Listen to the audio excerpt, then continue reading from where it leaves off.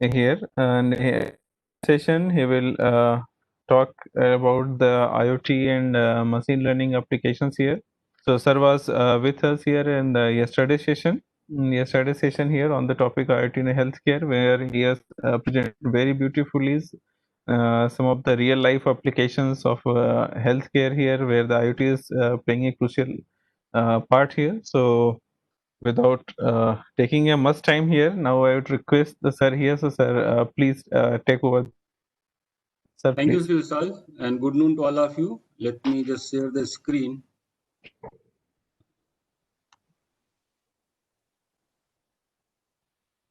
Okay. So today's topic is machine learning and Internet of Things.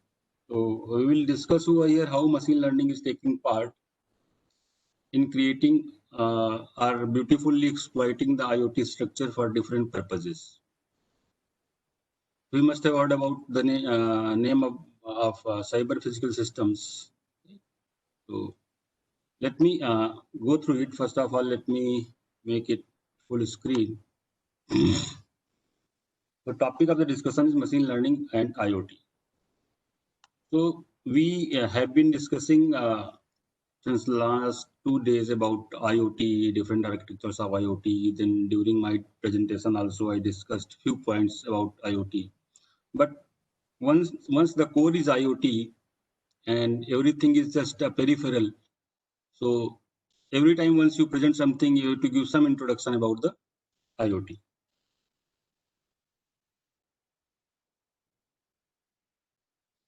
Let's take a small overview of IoT. IoT converts a physical object from a conventional object to a smart object by utilizing technologies such as communication technologies, internet protocols and applications, sensor networks, and ubiquitous and pervasive computing. The IoT model can be defined as the interconnection of massive heterogeneous devices and systems in diverse communication patterns such as thing to thing, human to human, or human to thing. Sorry. The IoT architecture consists of physical objects that are integrated into a communication network and supported by computational equipment with the aim of delivering smart services to users. What smart systems and Internet of Things are driven by a combination of sensors, connectivity, people, and processes. So here we can ask some questions that what to do with the data generated through sensors and how does information generated from IoT create a value? These two questions will be answered during the presentation once we will talk about machine learning algorithms. So first, if you think about a person, suppose somebody is there, we people are, I think, majority of the attendees are all of us belonging to a teaching community, right?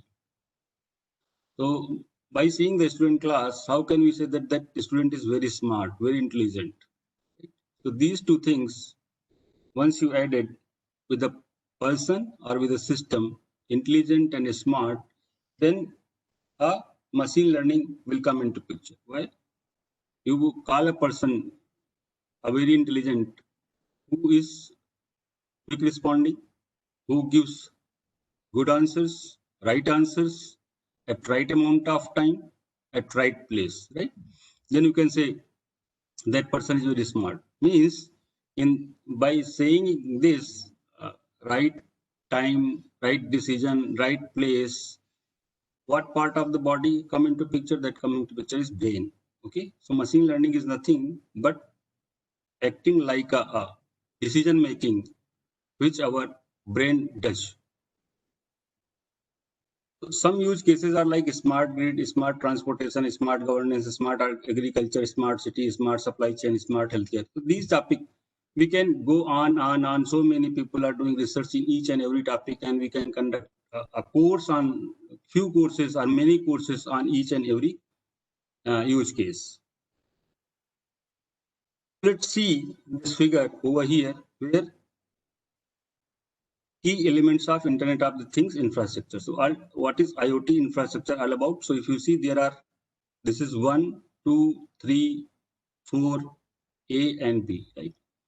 So here there are IoT nodes where we are collecting the data, and the collecting data means if you place numerous amount of sensors, then and continuous data acquisition is taking place, then what will happen? We will be having a big amount of data, huge data, that is called big data. Then fog nodes, then cloud nodes. So what exactly at fog nodes? You must have heard about the term fog computing and cloud computing. What is the fog computing and cloud computing? Fog computing is a thing, but data is processed within an IoT gateway for fog nodes that are located in the LAN network.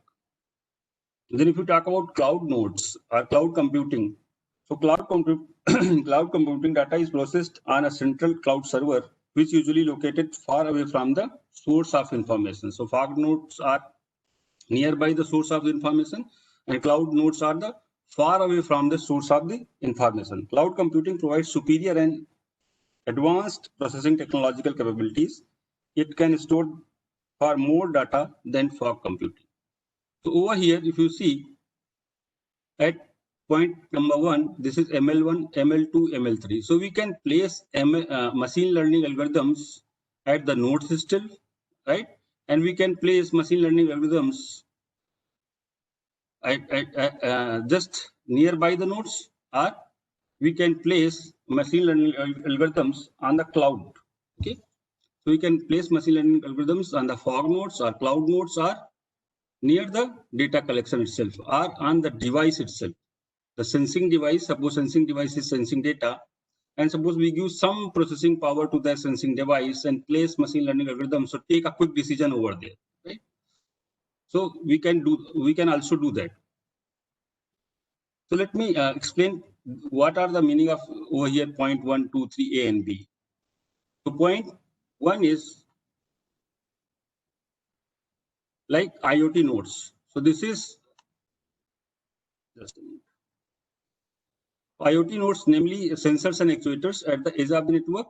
The fog nodes, sorry. The fog nodes, servers that assist IoT devices by providing computing storage, advanced networking capabilities. Cloud nodes that consist of data centers which handle data sharing, computationally intense data analytics using machine learning techniques and data sharing, etc.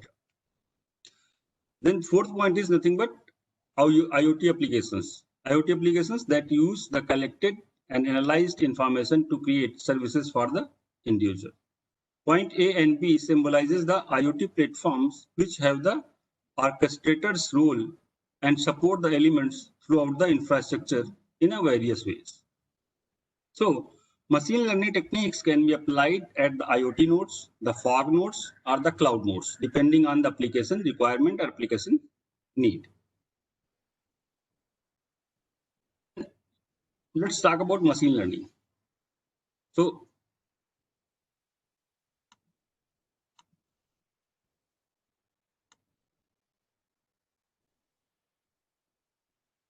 this is coming over here in front of the screen.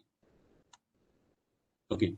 So machine learning is not a new concept, right? Machine learning is not a new concept altogether. Okay. Actually, if you talk about any new network, whether that is AlexNet, whether any network which you are thinking that is a new thing, but that is not a new thing. That research has already been done 20 years ago. But the only thing is that the problem was computing facility. Since 20 years ago, there was not a state-of-the-art computing available as today we have. We have all kinds of NVIDIA GPUs and all those things. So computational complexity, which we had earlier, and we don't have any facility, we didn't have any facility. So we thought this research is now saturated. So no, it means 10 years ago, if you think of in 2005-6, everybody started working in the area of neural networks. They thought that now this area is saturated, nothing can be done. But once huge amount of data came into picture and computing facility also got in place, then these algorithms again came into picture and giving a very beautiful results. So machine learning is closely related to artificial intelligence, or we can say artificial intelligence becomes feasible via machine learning algorithms. Through machine learning, computer systems learn to perform tasks such as classification, clustering, predictions, pattern recognition, etc. To archive the learning process, systems are trained using various algorithms and statistical models to analyze sample data.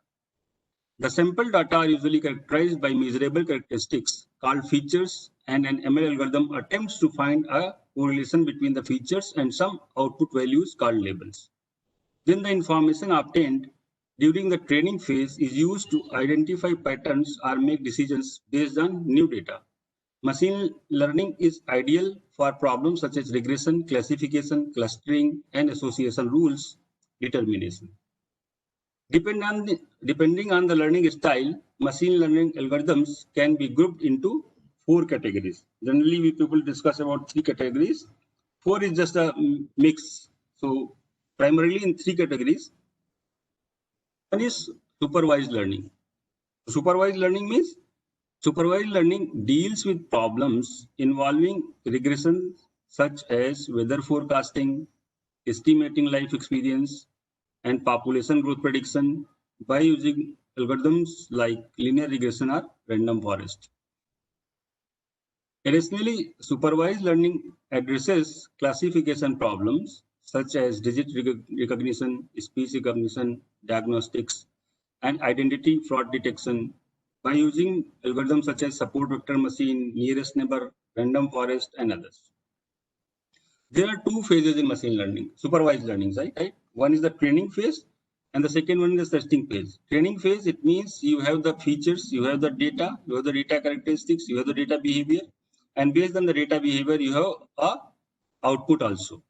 So as well as you have input features, you have output, right? It means you have all the labeled data. So in that training phase, you try to train your algorithm based on the given feature corresponding to the output are available. And then at the testing phase, you give only features and try to find out the outcomes. So over there, suppose there you have a data set, complete data set. So you can divide the training and testing data set and find out the accuracy of your model trained.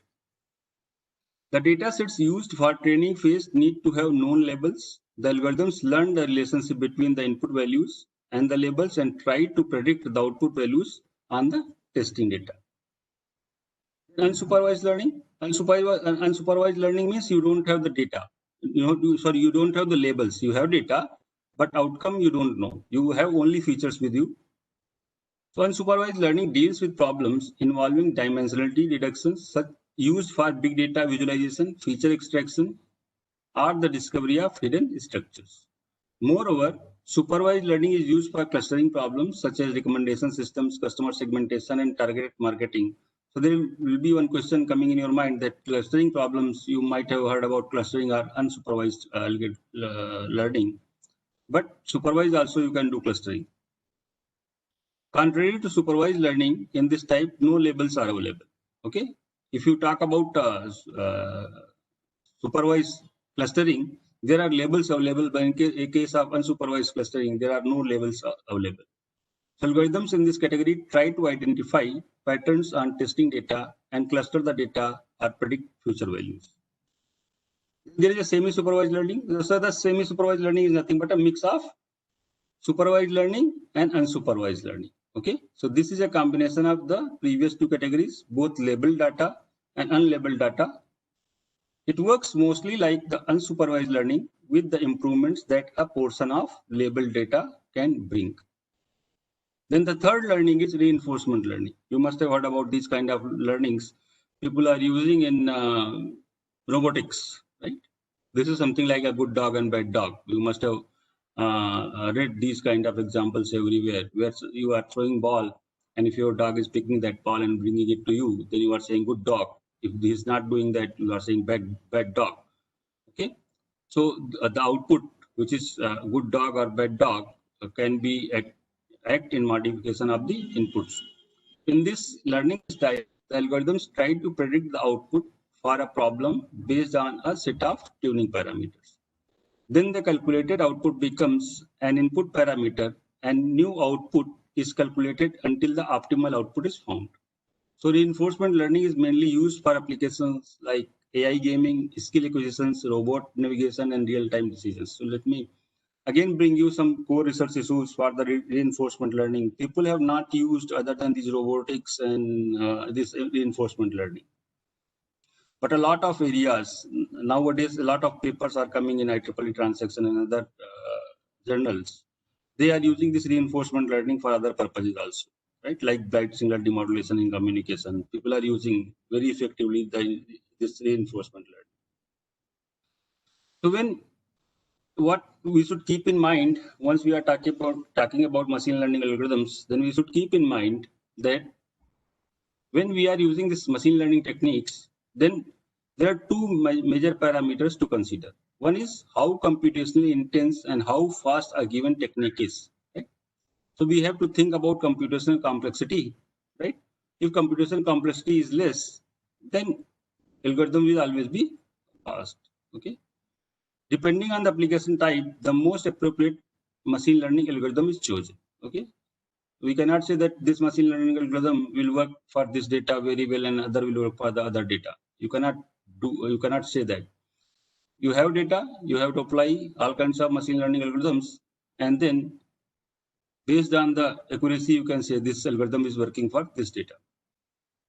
If there is a need for real-time analysis, for example, the chosen algorithm should be fast enough to track the changes of the input data and produce the desired output in a timely manner. Okay, so outcome should be in a timely manner. Okay. Let me talk about machine learning in IoT. So before going into it, let me tell you two examples. One example I am giving just like because of this pandemic situation. First time you people have must have heard about this, that Bombay Stock Exchange allowed brokers to take their terminals to home and do trading. Okay. So first of all, what is the difference with why people, big brokers are keeping their terminals inside the exchange or nearby the exchange? You all know that because of the latency. Okay. Because of the latency, they are doing so. But now once 5G will come, then this latency will be reduced and people can do anything the way they are doing in Bombay Stock Exchange, they can do in Jodhpur or Raipur or anywhere because of the latency. Why? Because millisecond to millisecond information is very important in case of share trading for share market. So 1 year ago, I got a chance to visit Market Toppers. There is a company which is doing online trading. My experience was very amazing. What I found, everything is done by the machine only. No human being was there to buy share or sell share or just wait for buying or selling. Okay. So there are two things in the share market. One is buy, sell and hold. Suppose you bought some shares, right, for a certain company, then either you can sell on profit, okay, or you can hold them. If there is a share going down, then you will say that, okay, I have to hold those shares. I will sell those shares once there is a profit. Okay. So this is for a general public who is buying less number of shares. But there is a trading that is called intraday trading. Intraday trading means they sell shares in seconds and buy shares in seconds. So based on the data available, you can create machine learning algorithms to do the same thing what a human being is doing. So human being can make mistake, but machines will never make mistake if they are properly trained on the past data. Okay. So suppose you go over there, they have 3 floors. In one floor, they are all the researchers, they are only hiring PhD students or MTech students from IITs. Those people are creating trading algorithms, and then person sitting over there on the machine side where machines are doing algorithms, that person will put the developed trading algorithms on dry run. So in dry run, like a fake currency trading, they will test that algorithms. If that algorithm is giving profit, then they will put on online trading. Everything is done by machines itself. Nothing is done by a human. Only humans are doing what? They are creating intelligent trading algorithms. So how machine learning is coming over here in IoT? Because everything is connected through the internet. So IoT, you know that the IoT and machine learning, what machine learning is doing? Just machine learning are replacing the human beings over there, or human brain from there and acting. Okay, so they are making intelligent decisions. So with IoT, devices are connected with each other, communicate with each other, and collect an enormous amount of data every day. In many applications, IoT devices may also be programmed to trigger some actions based either on some predefined conditions or on some feedback from the collected data. However, in order to analyze the collected data and extract meaningful information and create smart applications, human intervention is required. IoT devices need not only to collect data and communicate with other devices, but also to be autonomous. Means they should be able to take decisions. So device itself is taking decision what has to be done. They need to be able to take context-based decisions and learn from their collected data. This need led us to the creation of the term that is called cognitive IoT. Okay, this is called cognitive IoT. So there is a cognition. So also there is a necessity for intelligent IoT devices able to create automated smart applications with automated resource allocation, communication, and network operations. Deploying machine learning algorithms in an IoT infrastructure can introduce significant improvements in the applications or the infrastructure itself. Machine learning can be applied for network optimization, congestion avoidance, and resource allocation optimization, but also for real-time or offline data analyzing and decision making. So what actually machine learning at central node or at the sensor side, actuator side, or at the fog side means they are taking quick decisions. Okay, because generally in cloud side, big data is collected and the applications, machine learning algorithms outcomes are not so quick as they're in the fog side or node side. Big data can not be, so moreover the number of devices increases, the amount of collected data increases as well. Having to deal with big data is very common in IoT applications. Big data cannot be handled properly with conventional databases. Special infrastructure is needed to handle the great volume of structured and unstructured data and special techniques to analyze them. There are many machine learning algorithms like Ensemble, ANN that can help dealing efficiently with big data. There's a lot of examples are there where in IoT we can use machine learning algorithms, but I have taken a small example of smart transportation, where at what places of smart transportation people are using machine learning algorithms.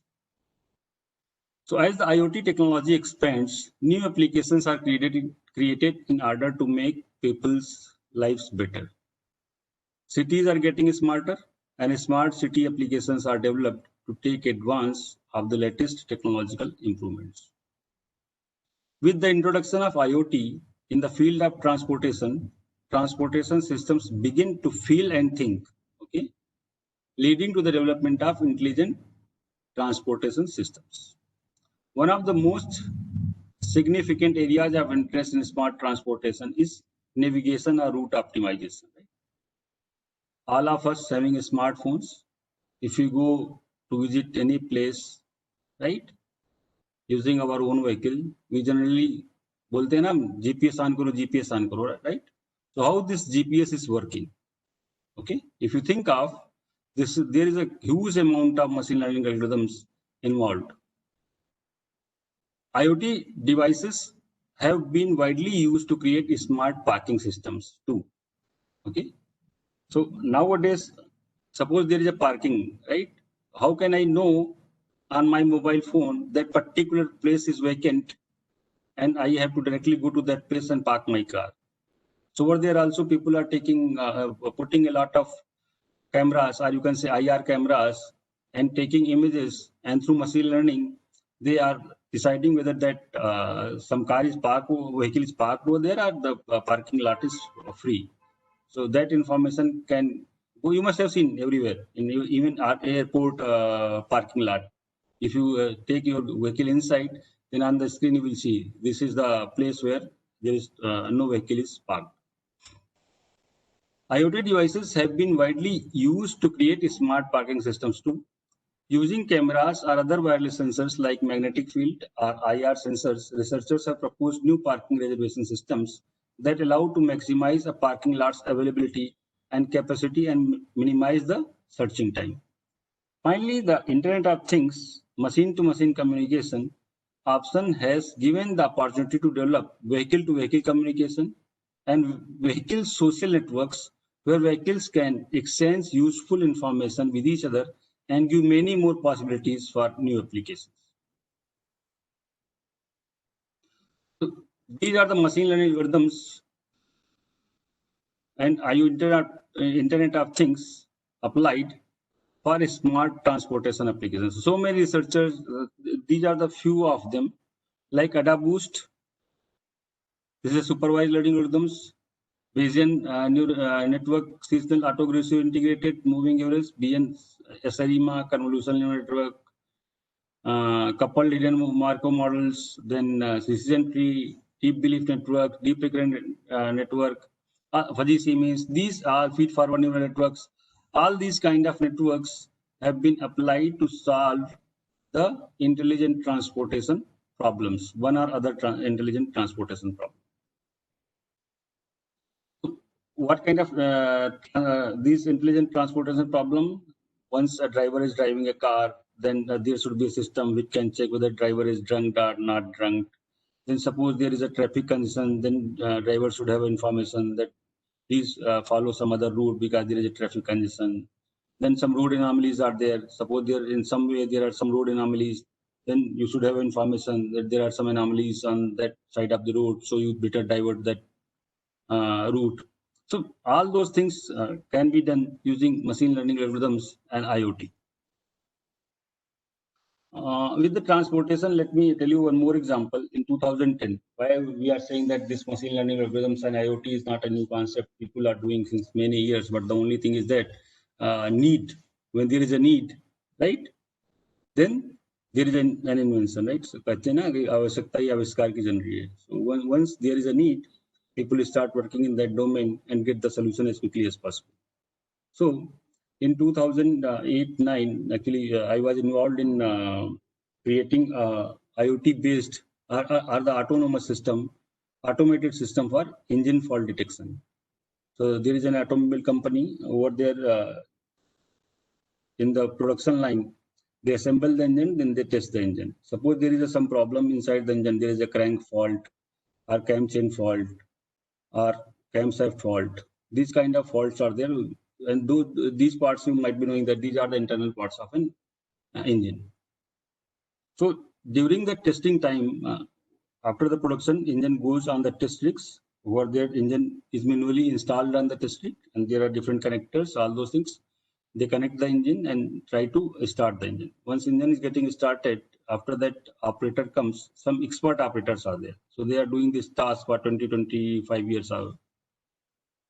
Now, after listening the sound of the engine, operator generally try to judge whether this engine is perfect or not. But this is a human cognitive system. Sometimes suppose operator is not in a good mood, or he is angry with the company, or something can happen, or he is not in a condition to judge the audio available over there, or because of some other noises, he is not able to hear that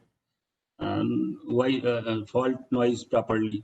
So there was a lot of rejection, but sometimes rejection came once engine is fitted in the vehicle and sold. So that was the problem. So Department of Science and Technology with the industry collaboration, that is called TIFAC, right? TIFAC has funded a very big project to IIT Kanpur. At that time, I was doing PhD. My task was that to create an automated system. So what are the challenges I faced in real time? I would like to share with you. The challenges were that first time we went over there, try to understand the problem. It took a lot of time because understanding a problem is a very difficult task. And operators will not be able to tell you the exact problem. Why? They might be thinking that they will lose the job once you make the process automated. This is a real thing, right? This is a real thing. At some point of time, people have to make a balance, because if you automate all the processes, then all the some of the jobs will be gone, right? So we have to make a very cautious decision on these things.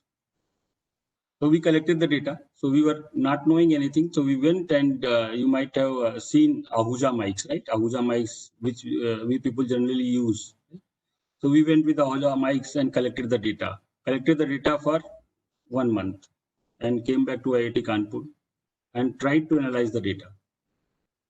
That data didn't give any information to us. Then we searched for proper census. Tried to talk with the industry many times, many companies, then came to know that no, we will be needing industrial mics, right? And that one mic is costing a very huge amount of money at that time. So we thought ultimately we have to go for that.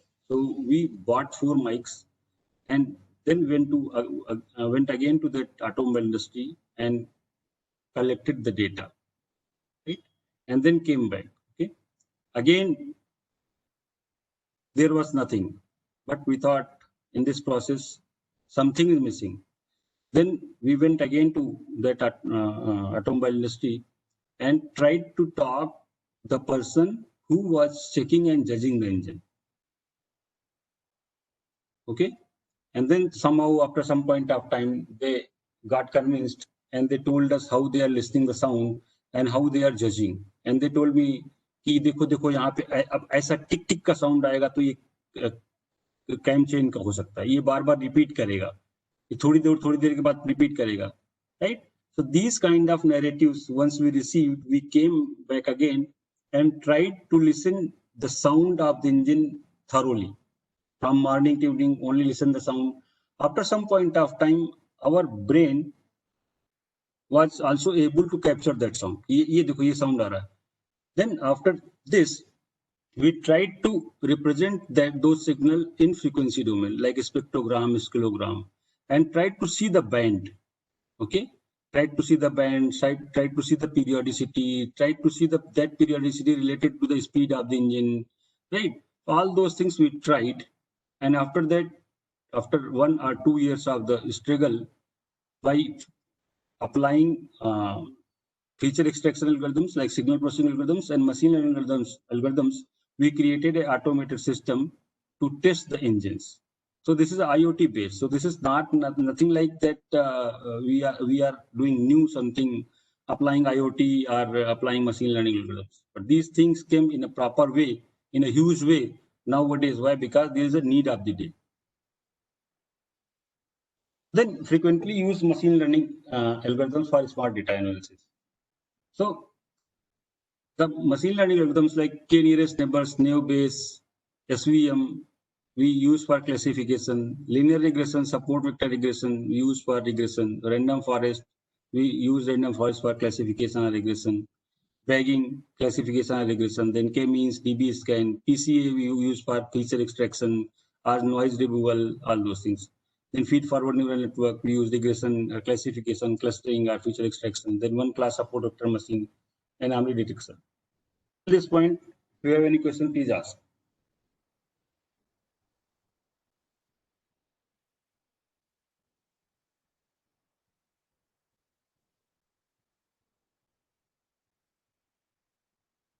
Hello, good afternoon, sir.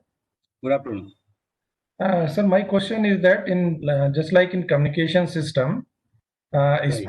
speech processing, where we extract some parameters of speech.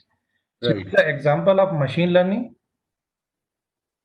No, machine. See, in speech processing, suppose what I do. You first of all, if you try to understand the speech processing. In case of speech processing, first of all, people try to design the vocal tract transfer function. Okay. So then you come across lossless tube model and lossy tube model. Then you try to find out the transfer function of that lossless tube and lossy tube. Then we try to find out the relation between digital filters and that transfer function. Okay. After that, you are getting a speech signal. So in case of speech signal, suppose there is there should be a problem defined. What do you want to extract from the speech? Suppose you want to extract you want to do speech recognition, right? Yes, So sir. in case of speech recognition, you have a database, right? Yes. You have a database. Suppose for my speech signals, my voices are there, your voices are there, and 50 people's voices are there, and data is in ample amount. So you are training the network by feature extraction. So first of all, you will apply either time domain algorithms or frequency domain algorithms to extract the features from that raw data of the samples, right? Samples of the particular person. So those will be the features. Now you will use those features and the label, right? Suppose my 5 samples are there. So for my 5 samples, you extracted features and given those features as outcome as some Sandeep, right? R1, right? For other those features, you are given some a label. So you are just labeling the data. Now you have labeled the labels and you have features. So by putting those features and input and labels these labels as outcome, you will try to train your machine learning algorithms, right? So now once your network is trained, then for the new speech signal which you will bring it to recognize that to whom it belongs, you will try to extract the features and check. Okay, so this process from extraction to labeling is done by machine learning algorithm. Yes, sir. I think I answered your question, right? Yes, sir. Any other question?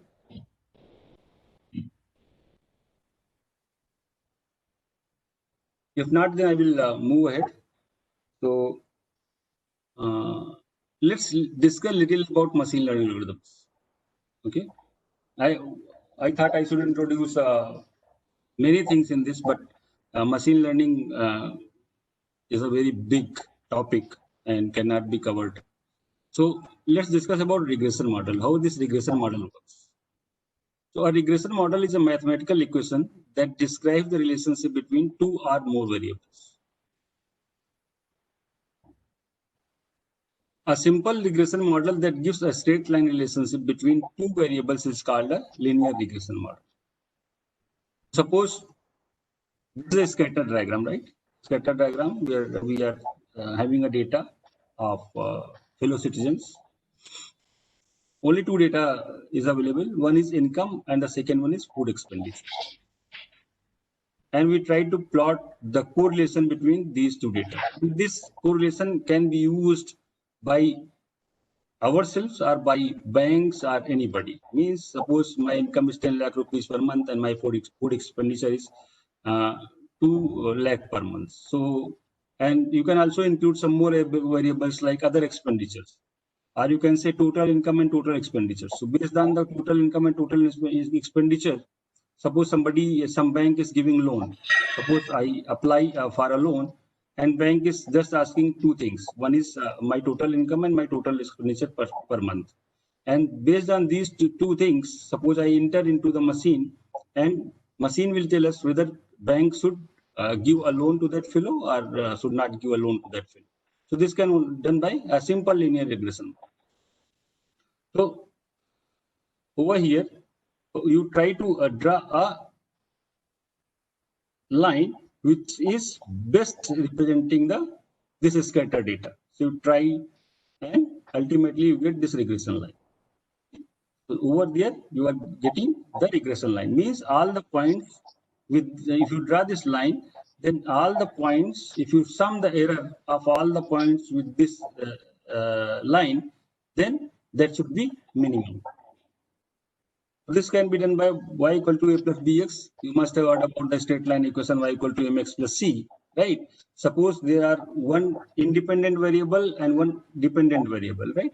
So independent variable and dependent variable. So y equal to mx plus c. So if you know m and c, then by knowing the value of different x, you can find out the value of corresponding y. So this is done by this. So you can find out b is equal to sum of squares of xy divided by sum of squares of xs and find out a. So this way you can find out the equation of the straight line, and that is y equal to a plus bx. So this is nothing but you can say this is nothing like a straight line, or you can say this is regression line. Okay. And this is a linear regression. Suppose you have a data and that cannot be linearly regressed, right? Means there is nothing like a linear relation over.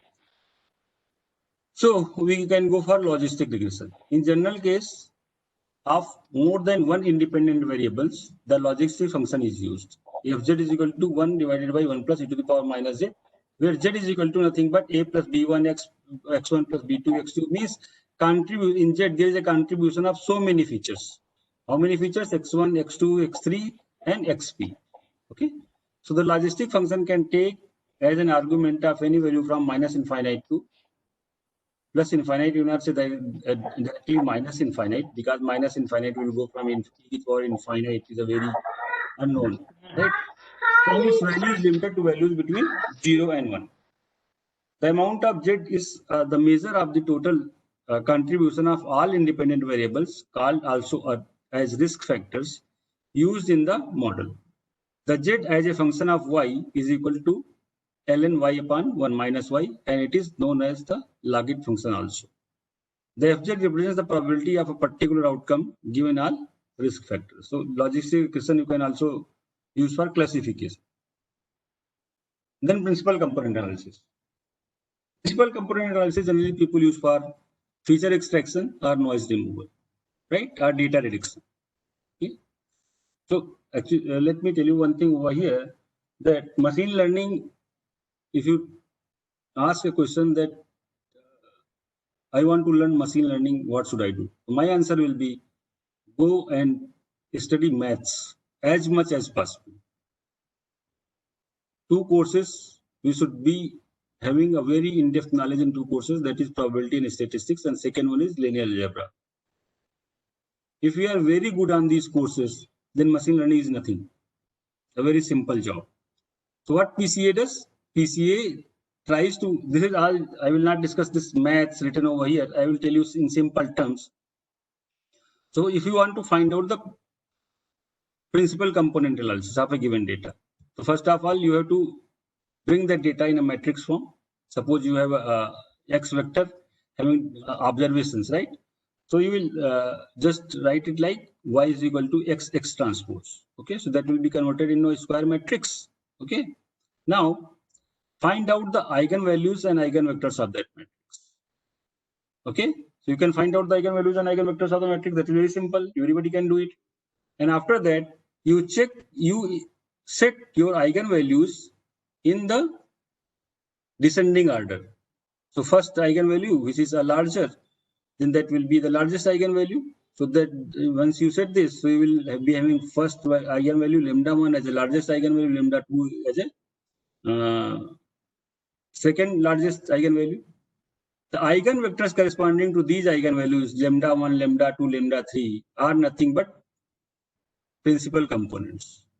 Okay, right? So once you do this, find out the principal components, then if you want to reconstruct the data, you can reconstruct the data by combining all these principal components, right?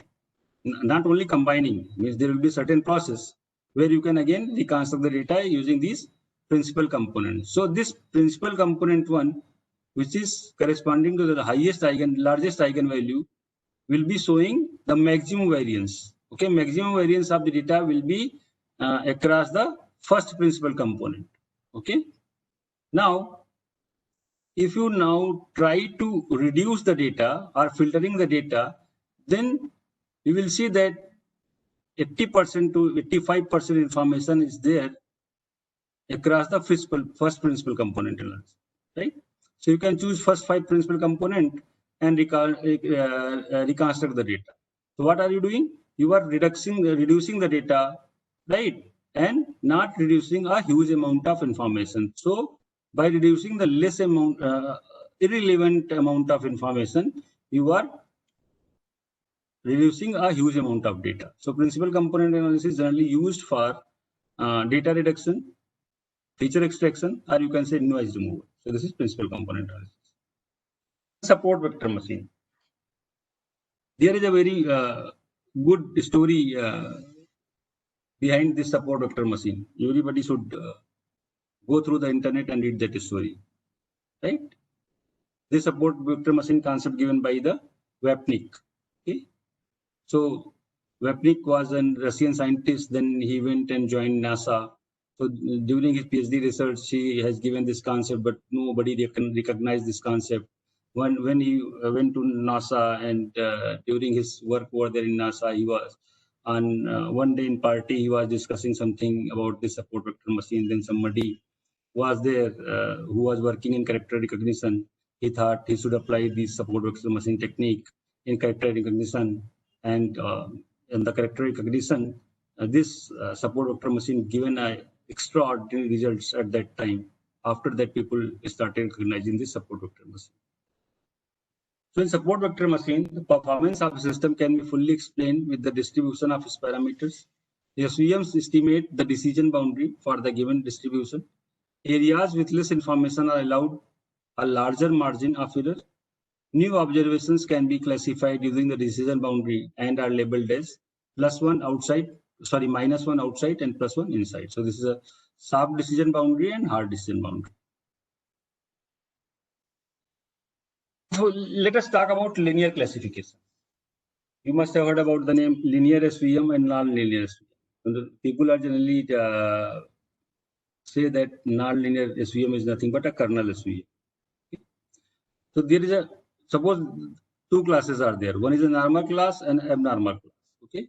So we try to find out the support vectors. Okay. And we will keep this width M as wide as possible. Okay. So we choose a vector W, right? And then this vector W, if you divide by norm of vector W, then this will be a unit vector. So if you multiply with data from here, if you treat the data as x minus and this is x plus, so this will be the value of this x minus and x plus will never change.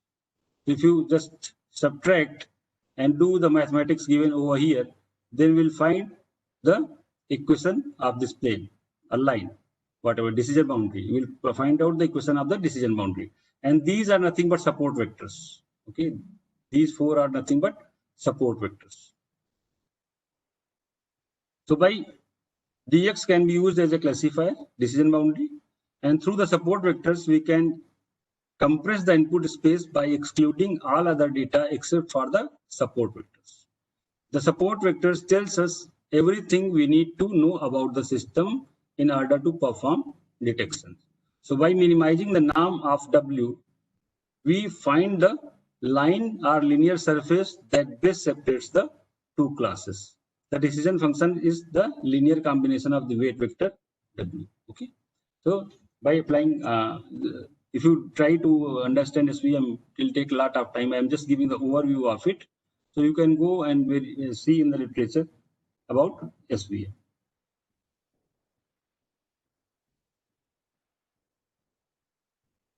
So this is a linear classification, right? Inseparable input space. So suppose this is inseparable input space, then how this decision boundary is working. So we have defined over here. So let me go leave this quickly. This is about linear SVM. Anybody can do it. This is very simple, not a very big maths behind it. This is very simple maths. You can very well understand and program it. Now, this is for linear SVM. You can see this data is linearly separable, right? So apply SVM and linearly separate it. Suppose data is not linearly separable. This kind of data is there. Then how will you do it? In case of non-linear separable data, what we do, we don't do anything.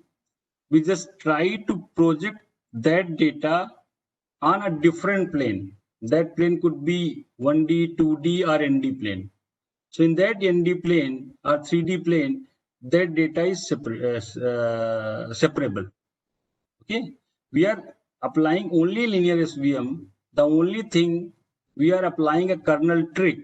Okay, through that kernel trick, we map the data from this 2D plane to ND plane or 3D plane and apply linear SVM over there to classify that data. That's it. Okay. For inseparable data, the SVM finds a nonlinear function dx that best separates the two classes by use of a kernel map, right? And the feature map. Okay. The decision function dx requires the dot product of the feature map pairs using the same mathematical framework as the linear classifier. So this is called the kernel tree. Right? So if you somebody is talking about nonlinear SVM, then you should always ask a question: what is the meaning of nonlinear SVM?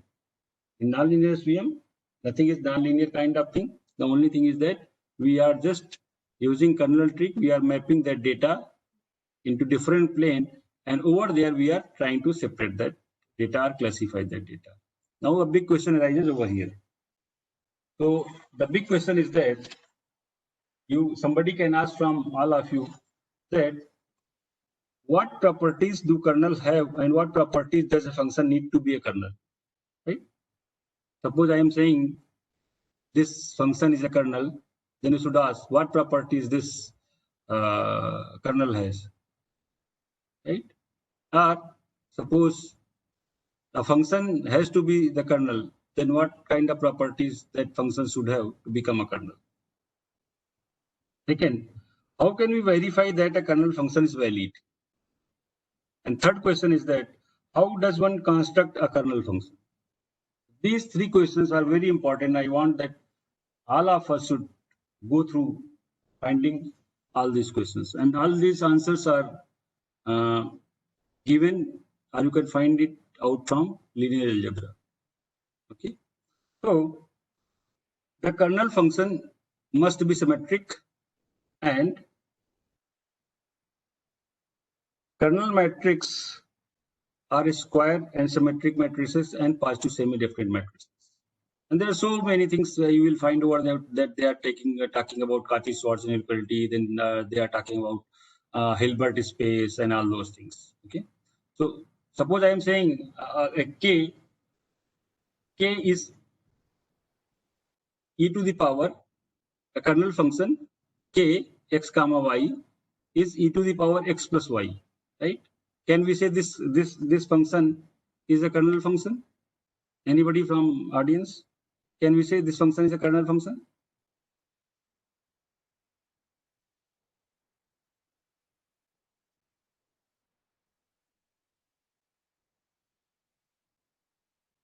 Yes, we can say this is a kernel function. Why? Because the first condition, if you see over here, k is equal to fi, fxi, fx.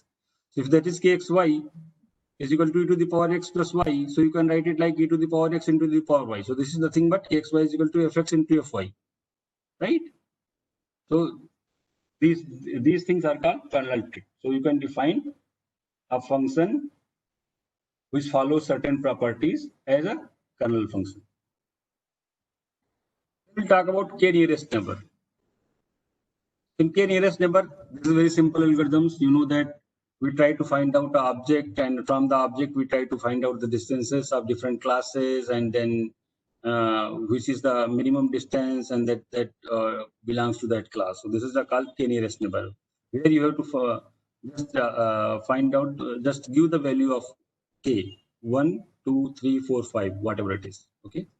So based on the accuracy, this k can be given in a loop, right? Suppose you are trying to classify a certain object for a particular class, then choose 1NN, 2NN, 3NN, 4NN like this. This is 1 nearest neighbor, then 2 nearest neighbor, then 3 nearest neighbor. I think all of us sitting over here all might be knowing this k nearest neighbor classifier. We might have used also. Then, artificial neural network, ANN.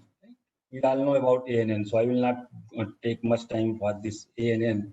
I will just go through just quickly roll over the slides. So typically machine learning, artificial neural networks are very artificial, ignoring time, space, biological learning process. More realistic neural net model exists that were given by Hopkins and Huxley in 1952. He also won the Nobel Prize in 1963. Then the single perceptron, right? So I will not discuss this slide over here because everybody knows that this is a perceptron, single perceptron. Then you can just and, not, or, all these kind of operations you can do using logical operators, right? So this is like kids are knowing all those things. But for the sake of completing, I am just going through it.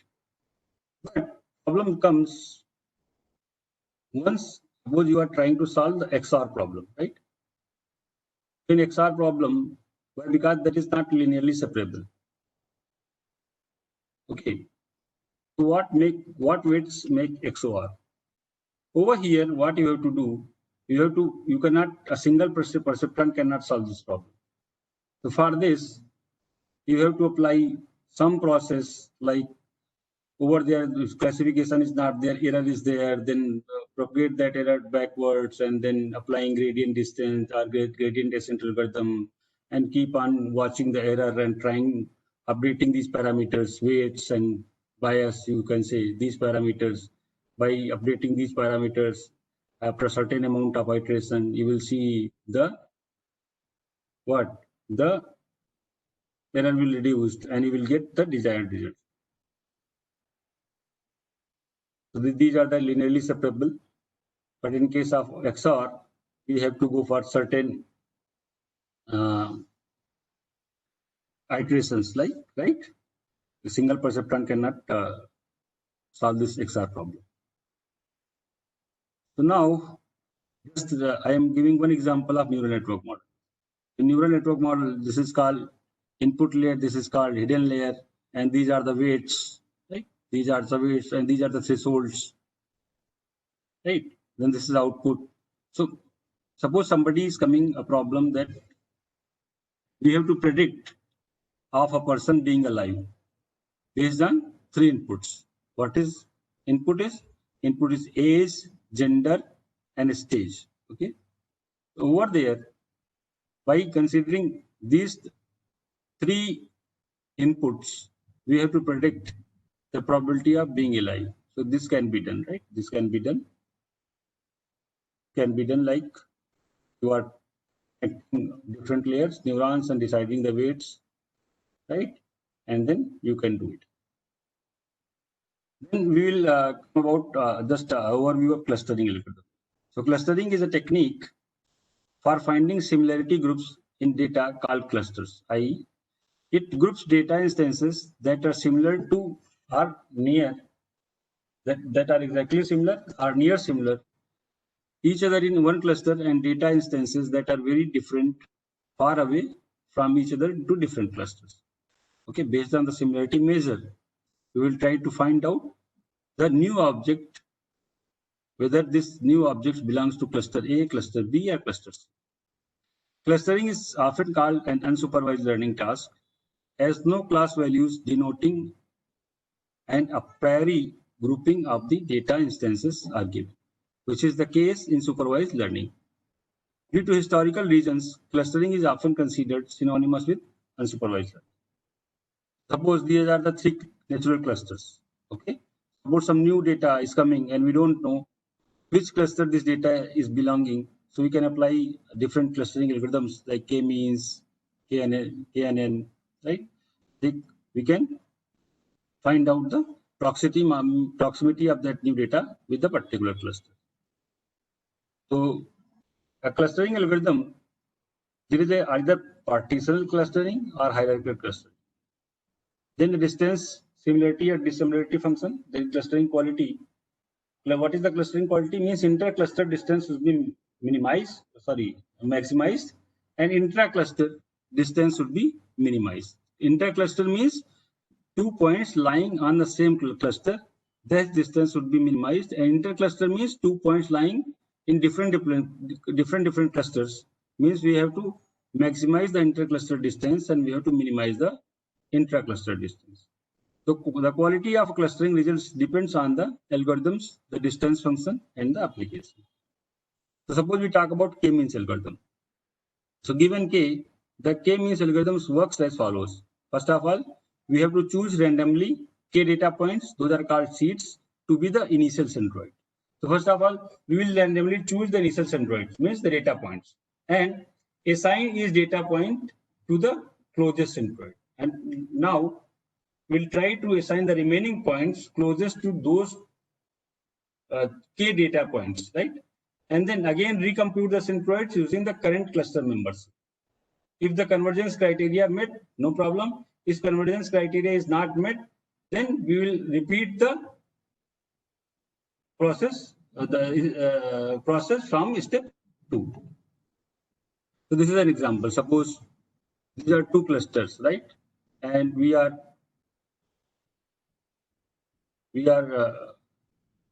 trying to divide this into 2 clusters.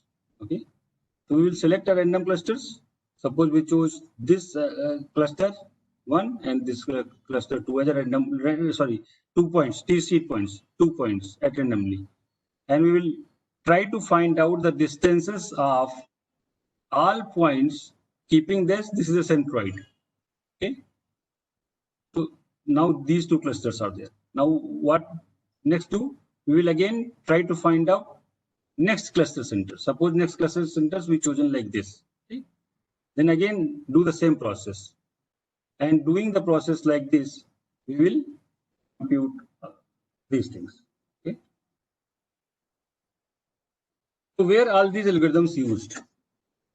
There are so many algorithms. I have taken only a few to discuss and describe.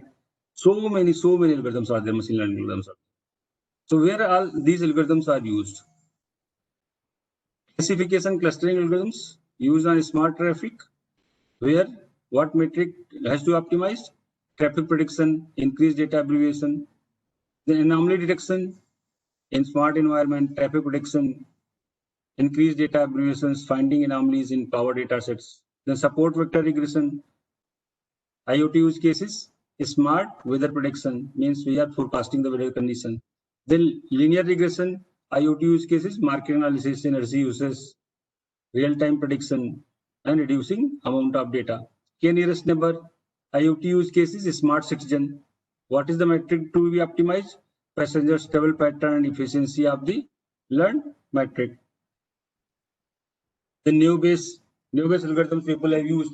This data I have taken from different research papers. How the way people have used machine learning algorithms for different smart application, you can say, where IoT and ML is there, right? So Naive Bayes, smart agriculture, smart citizen. Then K means smart city, smart home, smart citizen controlling air and traffic. Density-based clustering, smart citizen, feed-forward neural network, smart health, principal component analysis, monitoring public places, all those things. At this point, any question? If any question is there.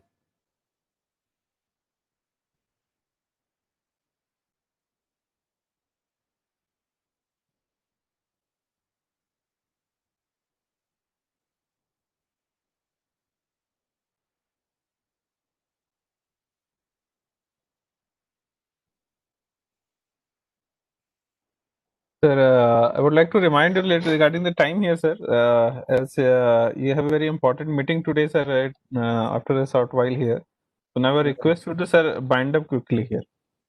Okay, so I will. I can take 5 more minutes. If they have some questions, I can. Yes, sir. Yes, sir. Okay, sir. I will share these slides which I prepared for deep learning, so that you should share with all of the colleagues. And so let me give my 5 more minutes over here on deep learning for IoT. Deep learning for IoT, massive number of sensors deployed in IoT generate huge volumes of data. Data is used for broad range of applications such as smart home, healthcare, manufacturing, etc. explained in previous slides. The deep learning shown remarkable results in image recognition, speech recognition, information retrieval, or we can say natural language processing. Deep learning is being widely used for data analytics in IoT applications. Reason of deep learning rise is the inability of the conventional machine learning techniques to meet the rising analytical demands of IoT systems. The deep neural network comprises of several processing layers that are competent of learning hierarchical representations from the input data. Each layer comprises of several processing units called as neurons. A neuron computes the weighted sum of the inputs and passes the resulting sum as an input to an activation function. Each neuron is associated with a set of weights and a bias that are optimized in the training procedure. This is a simple neuron. Now, deep neural network comprises of diverse supervised and unsupervised architectures that include restricted Boltzmann machine, deep belief networks, convolutional neural networks, recurrent neural networks, long short-term memory, autoencoders, generative adversarial networks. So I don't think I have time to cover up all those restricted voltage machine what I described. I quickly go to the last few slides.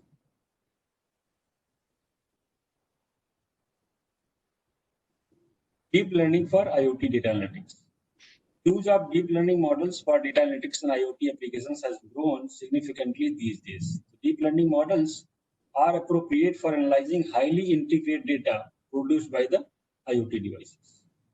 Deep learning models have been proposed to blend heterogeneous data since from multiple modalities. Restricted Boltzmann machines have got massive potential for performing feature extraction and classification tasks, and they have been successfully utilized in diverse IoT use cases, including emergency detection, network anomaly detection, intrusion detection, recognizing human activity, and power demand forecasting. Then belief networks, then convolutional neural networks, recurrent neural networks, then long short-term memory, all those things we have used in some or other applications over there in with IoT. I cannot say that in IoT, but for solving a problem with IoT, we have used these many techniques. Different researchers have used these many techniques. And then let me discuss about challenges and future directions. Challenges and future directions are massive scale of IoT data, then data preprocessing, high velocity, heterogeneity, requirement of large IoT data sets, and new and innovative deep learning models for IoT devices. I would like to thank you as time is less. So I have to join another meeting. That's why I'm quickly finishing before time. If you have any questions, then we have 1 or 2 minutes. So now the session is open for the participants here. So if you have any query, then you can quickly ask the sir here. Hello. Yes. Namaskar, sir. Namaskar. Namaskar. Please let me know the difference between machine learning and deep learning. Actually, this point is not clear to me. Okay. Yes, sir. Actually, in case of, you can say machine learning is a big umbrella. Inside that umbrella, deep learning is coming. Okay. If you are deploying any technique, which is, suppose you talk about suppose you are talking about SVM. Right? In case of SVM, you are trying to do something, right? where a certain amount of data is required, and you are processing that data for certain tasks. In case of deep learning, if you see a neural network, you can think of a neural network in terms of machine learning model. But in case of neural network, right, if you talk about feed-forward neural network and all those things, then number of layers and number of computational complexity is less. But in case of deep learning models, you are increasing the hidden layers as many as possible. So number of hidden layers are more. So deep learning means those algorithms are very deeper inside. Thank you, sir. Any other question?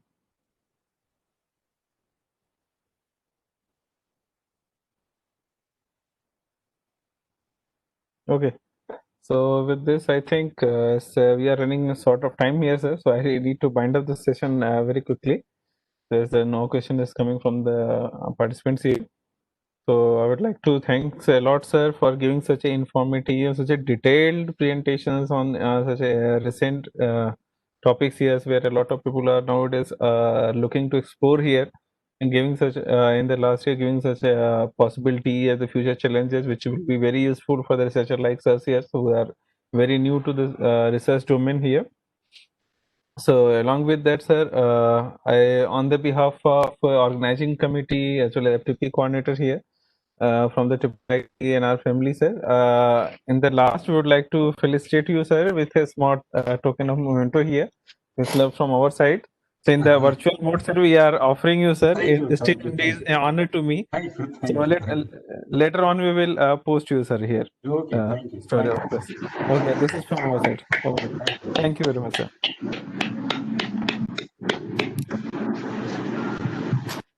Thank you, sir. Okay. Thank you very much, sir, for giving such valuable time. Thank you, sir.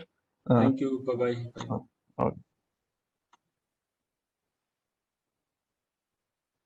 So with this, we have come to a stage here where we are going to close this technical session here a little bit slightly early, because sir has very important meeting and he has to join just after that here. And in the last year, I would like to request you all the participants who are present here that a few of you are not participating in the attendance here on the daily basis here. This will not be a good here sign, because as I can see many of you are active during the lecture sessions here. As you are hearing the sessions here, then I would request that the morning session as well as the evening session, the two attendance seat we used to float. So kindly fill those attendance seat also here, because later on we need to update it on the ICT portal here. This is the mandatory conditions, and this is also mandatory condition related to the certificate generations here. So my request to you all, as people are sparing your precious time here, so do this small formalities. Yeah, it will help us to justify the things here, the latest stage here. Okay. With this, Tripathi sir, yes, please. yesterday evening attendance link was not there. No, link was shared. No, sir. Yesterday evening session.